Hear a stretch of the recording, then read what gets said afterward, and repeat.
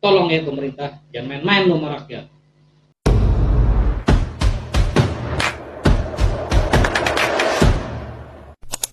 Assalamualaikum warahmatullahi wabarakatuh. Semoga kita semua dalam kabar baik. Bersama kami dalam podcast Kopi Hitam dan Air Putih. Di sini kita akan memberikan edukasi mengenai hukum, di mana narasumber yang telah hadir adalah abang kita Bang Roberto Manurung, Sarjana Hukum. Selamat datang Abang. Selamat malam. Ya, selamat malam Bang ya. Jadi Bang Berto, kita ini mau ngomongin masalah hukum yang menyentuh banyak kepentingan masyarakat Indonesia. Kan yang saya tahu itu semua dari kita lahir sampai kita meninggal, dari semua aspek kehidupan kita diatur dalam hukum di Indonesia. Ya. Yang saya mau tanya ini masalah tentang perut. Masalah perut itu ada kaitannya dengan pekerjaan. Ya, jadi kita bahas tentang ketenaga kerjaan. Boleh Bung Berto? Sebisanya, pasti bisa. Ya. Jadi tentang ketenaga kerjaan di Indonesia, itu dasar hukumnya bagaimana Bung Berto? Ya, tenaga kerja itu diatur di Undang-Undang Nomor 13 Tahun 2003. Di situ disebutkan bahwa Indonesia ini punya hukum terkait tenaga kerja. Di situ mengandung asas, mengandung berbagai pertimbangan lah filosofis hingga akhirnya mengatur hak dan kewajiban para perusahaan. Oke. Jadi memang negara ini mengatur tentang tenaga kerja. Betul. Dan peran negara itu untuk menyediakan lapangan pekerjaan itu ada tidak dalam peraturan? Ya, sebenarnya aturannya itu ada diatur di Undang-Undang Dasar kita. Undang-Undang Dasar? Iya, karena kan memang Undang-Undang Dasar memerintahkan sebenarnya kepada negara supaya kan memberikan pekerjaan. Oh, seluruh warga itu berhak untuk mendapatkan pekerjaan. Betul, itu Undang-Undang Dasar mengatur. Berarti peran negara besar sekali harusnya ya? Harusnya.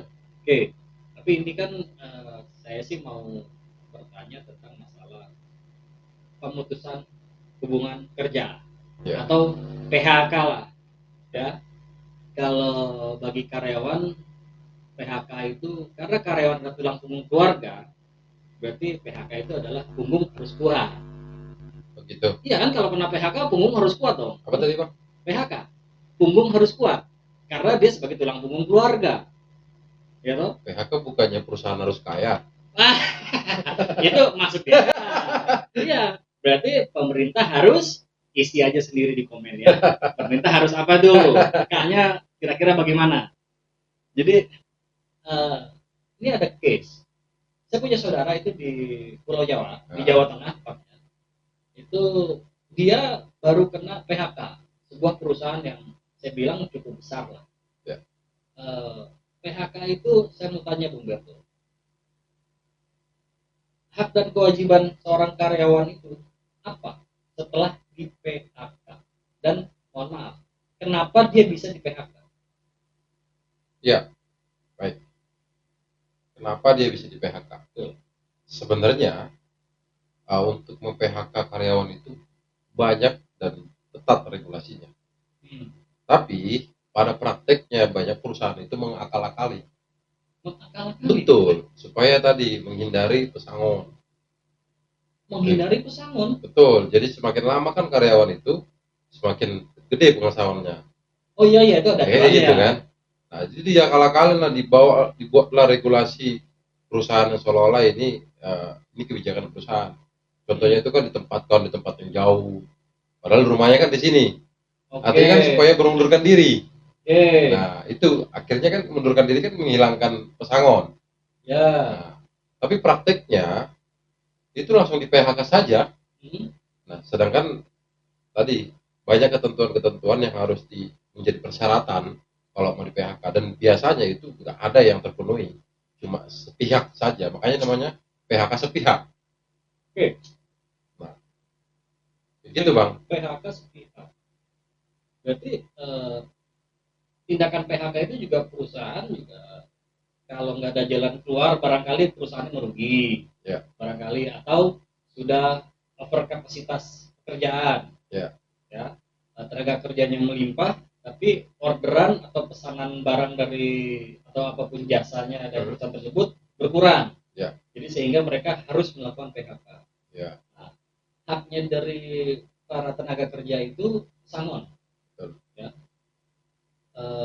Kalau ada perusahaan yang mohon maaf tidak membayar pesangon, apakah ada proses hukumnya Bang Ber? Ya tentu bang, karena itu udah diatur soal pesangon, itu diatur di PP terbaru itu PP 21 soal upahan. Itu jelas bang. Jadi kalau terjadi contoh PHK, kalau kita yang dampingin, itu biasanya kita akan lakukan namanya itu bipartit terlebih dahulu. Bipartit itu apa? Bipartit itu penyelesaian atau suatu mediasi di antara perusahaan dan pekerja atau kuasa pekerja. Oke. Itu salah satu hak dari karyawan ya yang di PHK, dan itu adalah salah satu juga kewajiban perusahaan yang mem-PHK karyawannya. Betul. Melakukan bipartit tersebut. Ya. Nah, katakanlah bipartit itu mereka bisa menemukan solusi. Ya. Kalau tidak ada solusi juga, ada langkah selanjutnya nggak? Ya, makanya kan di situ kita harus sampaikan dulu apa yang menjadi hak daripada si pekerja ini. Ya. Kayak gitu. Nah, biasanya perusahaan itu banyak sekali akal-akalnya, Bang. Contoh, tanya ini, ada nggak perjanjian kerjanya? Oh, kontrak kerja? Ya, kontrak kerja. Itu, sorry Bang, saya potong, mohon maaf. Kalau kontrak kerja itu harus ada ya? Ya, harus ada. Oke. Karena dia kan harus, bahkan di undang-undang terbaru itu diperintahkan harus tertulis. Maupun dia adalah karyawan tetap atau karyawan bisa dibilang honorer lah atau outsourcing, kontrak itu harus ada. Iya, bagaimana lah, kan kayak gini Bang, kita akan membuat hubungan hukum ini antara pekerja dan perusahaan. Ya. Nah ini kan supaya kenapa ini? Supaya menghindari konflik ke depannya. Itu makanya negara ataupun undang-undang mewajibkan itu supaya setiap kontrak kerja itu harus dibuatkan dalam tertulis. Dalam tertulis. Ya. Oke. Berarti dua pihak memegang kontrak tersebut ya? Para apanya aturannya kan seharusnya begitu. Harus seperti itu. Memang ada yang tidak memegang peraturan? Ya banyak kan Bang dipegang sama mereka. Dipegang sama perusahaan? Sama perusahaan, ditahan. Si karyawan enggak kontraknya itu? Iya betul. Oke. Ya salah satu syaratnya kan juga mungkin ya kelengkapan data dan termasuk juga ijazah. Kan yang kita tahu nih di Indonesia ini banyak yang tahan ijazah juga. Itu dibolehkan atau tidak sih? Sebenarnya sih nggak boleh Bang. Karena begini, kalau coba saya analisis ya, ini kan membangun hubungan pekerjaan Bang, hubungan hukum. Semua hubungan hukum itu harus didahului oleh etikat baik. Kayak gitu. Buat apa kita membuat kontrak atau perjanjian kalau didasari dengan etikat tidak baik? Salah satu etikat tidak baiknya barangkali menahan ijazah. Iya, kasihan juga ya. Artinya kan begini, kita khawatir ini perusahaan benar gak sih? Kenapa harus nahan kontrak kerja, nahan ijazah? Ya, mungkin itu juga kan banyak karena kurangnya lapangan pekerjaan. Betul. Banyak masyarakat yang ya udahlah syaratnya kontrak kerja kita nggak pegang perusahaan, oke. Syaratnya ijazah kita aslinya ditahan perusahaan itu nggak apa-apa, yang penting kita bisa bekerja. Ya. Nah, berarti maaf ya, perusahaan yang melakukan itu sebenarnya melanggar hukum. Iya, melanggar hukum, apalagi yang terbaru kan ada yang peraturan menteri itu, surat edaran menteri yang melarang perusahaan untuk menahan ijazah. Yang asli ya? Iya, yang asli dan bisa sebenarnya dia melarang asalkan memang dia mendapatkan ijazah itu berdasarkan apa yang diberikan oleh perusahaan. Contoh kayak dia bikin pelatihan kerja.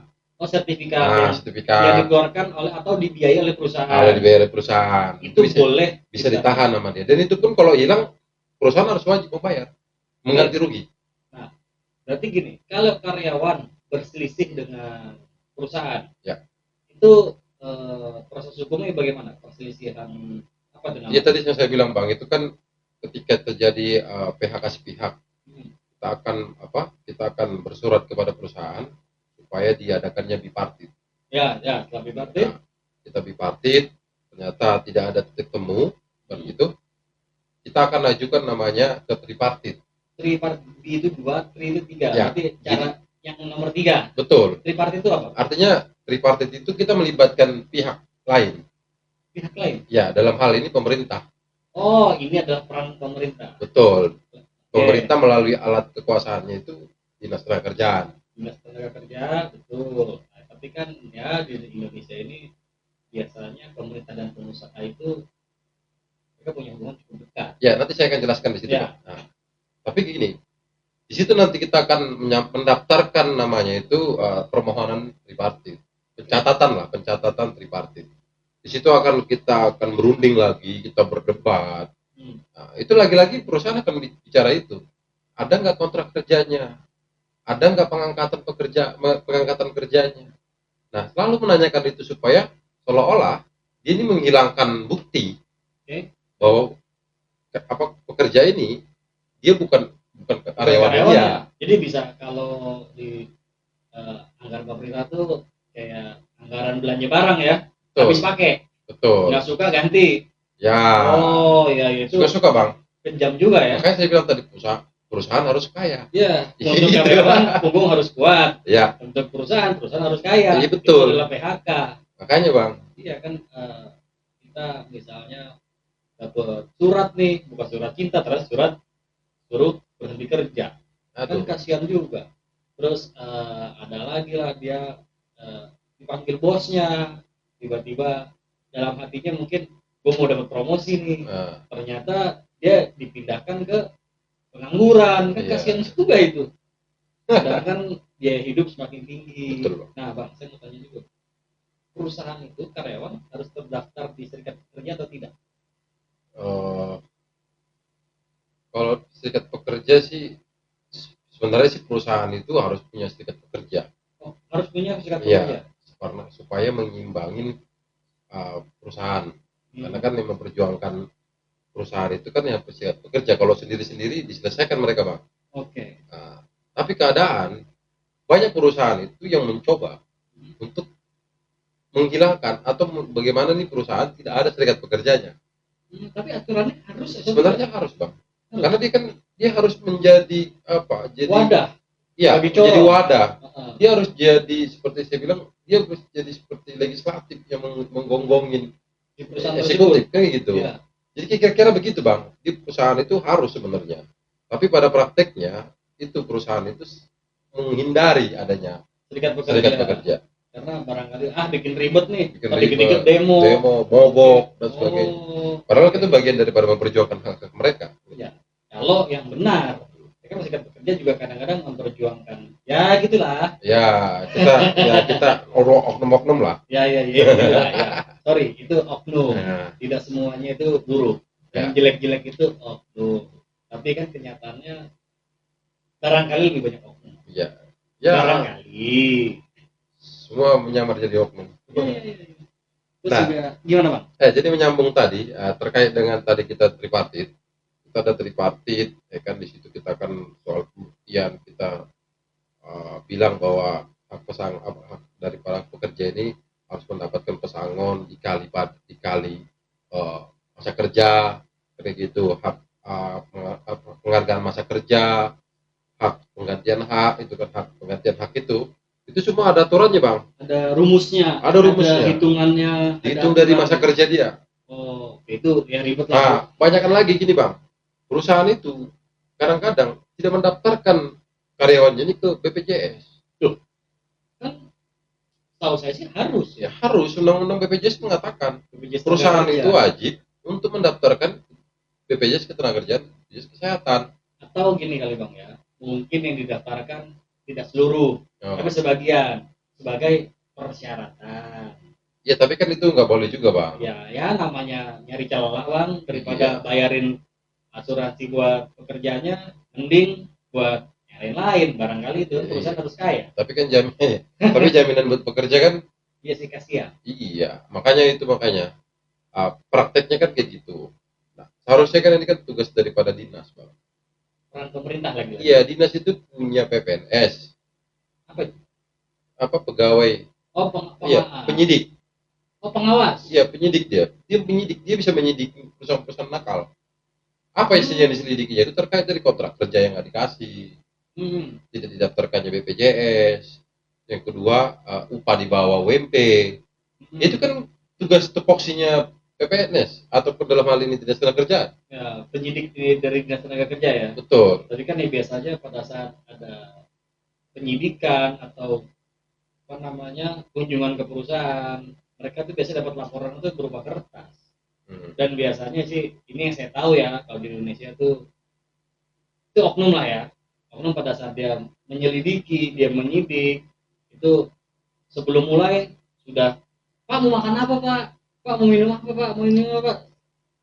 Dia tinggal terima laporan dari perusahaan, tinggal teken, oke. Terus nanti pas pulang yang tadinya naik ojek motor tiba-tiba dijemput pakai mobil, mungkin dapat amplop barangkali. Ya itu tadi Pak, seharusnya kan tugas mereka tadi itu. Nah tapi lagi-lagi kan kan ada nama bahasanya nanggok bulanan. Nanggok bulanan. Nah kan ada gitu Pak. Oh iya. Jadi nanggok bulanan atau pejabat ganti kan gitu. Oke. Mana yang harus dikondisikan dulu ini? Pejabat ganti terus nanti langsung deh jalan-jalan ke kawasan industri. Betul. Jadi coba Pak, kalau kayak gitu keadaan real negara kita, pejabat pemerintahan kita, bagaimana mungkin bisa sejahtera rakyat Indonesia? Ya contoh umumnya kalau yang di jalanan, saya kan sering di jalanan nih. Kapolsek ganti, razia terus. Nanti kalau udah sebulan razia nggak ada. Ya, terus razia juga kadang-kadang tidak sesuai aturan. Ini kan masa bahas razia kepolisian lah. Pokoknya ya di perusahaan, di dinas tenaga kerja itu ya oknum, ya yang dirugikan berarti ya karyawan ya. Iya. Betul. Karena menurut saya karyawan itu tenaga kerja itu adalah aset utama. Tanpa tenaga kerja perusahaan nggak akan bisa berproduksi, entah itu barang atau jasa. Cuman ya dieksploitasi karena ya itu lagi pemerintah. Sulitnya lapangan pekerjaan bagi masyarakat sehingga tawaran dari perusahaan yang mau mempekerjakan warga atau masyarakat itu biasanya langsung diambil karena daripada nganggur. Iya, karena sulitnya Pak, sulit sekali. Sedangkan itu kan udah perintah konstitusi kita. Negara itu wajib menyediakan lapangan pekerjaan. Wajib menyediakan lapangan pekerjaan. Nah ini nanti atensi juga buat negara, khususnya di Kementerian Tenaga Kerja. Ya. Cobalah itu regulasi-regulasi, bukan hanya bikin regulasi baru atau disempurnakan regulasi yang lama, tapi pengawasan harus dijalankan dengan benar. Jangan pengawasan dijalankan dengan asal-asalan, kan kasihan warganya, masyarakat. Sedangkan kalian pejabat-pejabat di kementerian, di pemerintahan itu bajunya gede, kasihan masyarakat ya.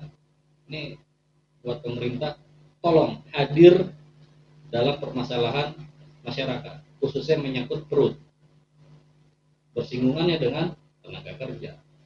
Tolonglah hadir dengan benar, bukan hanya hadir absen, tapi benar-benar memperjuangkan hak dari warga negara. Mungkin begitu Bang Berto ya. Betul. Bang Berto ini aktivis. Aktivitas lah. Aktivitas.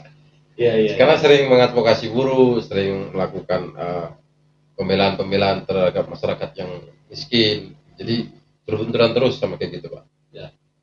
Jadi memang ada pesan nggak buat masyarakat yang ingin mencari kerja atau perusahaan yang memberikan lapangan pekerjaan atau pemerintah yang harusnya mengawasi, ada pesan-pesan nggak Bang Berto untuk ketiga pihak itu?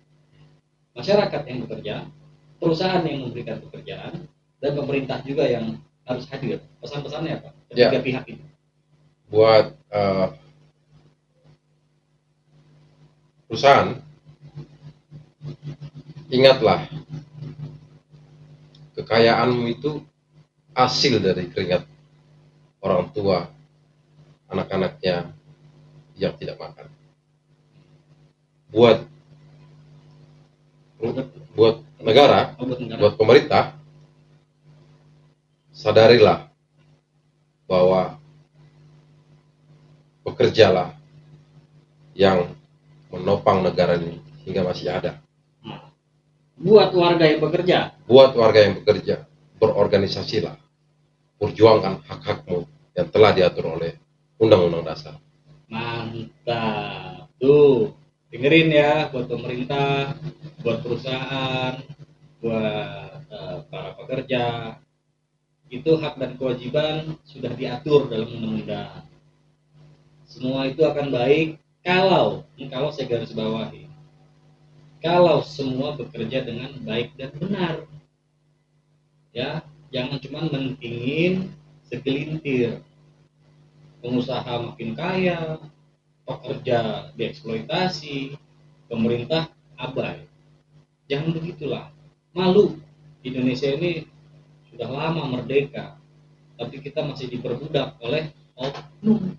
Ya, merdeka tapi berasa dijajah. Betul. Yang kaya makin kaya, yang miskin tetap miskin. Bahkan mati, Pak. Betul. Iya. Banyak banget nih permasalahan tenaga kerja, baik itu yang di dalam negeri maupun yang di luar negeri. Betul. Pemerintah harus hadir. Ya. Tolong ya, pada pemerintah nih, saya minta tolong banget. Saya juga pekerja. Banyak orang-orang seperti saya di luar yang bekerja juga, atau bahkan banyak sekali yang belum bekerja. Tolong dan tolonglah kami semua. Mungkin dari saya itu aja, Bang Berto. Siap, Pak Nanti Dimas. Bang Berto kalau saya undang ke sini lagi, kalau sempat mau ya datang lagi. Saya pastikan bersedia untuk melakukan edukasi kepada masyarakat. Ya, karena gini Bang Berto, saya ini kan orang yang awam terhadap hukum. Ya. Dan saya yakin sekali masyarakat Indonesia ini juga banyak yang awam juga terhadap hukum.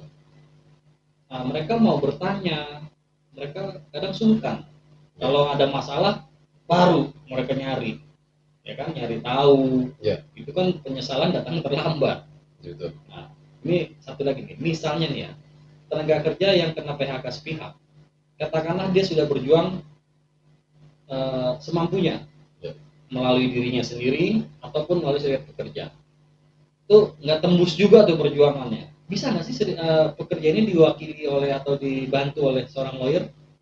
Bisa. Bisa dapat Bisa. pendampingan Karena hukum. kan kita juga sering melakukan advokasi terhadap buruh yang di PHK. Nah, berarti kalau nanti pengen nanya-nanya tentang masalah hukum, bisa tinggalkan komen, dan juga saya cantumkan nanti nomor telepon untuk di WA aja, tapi ya mungkin dari saya itu aja.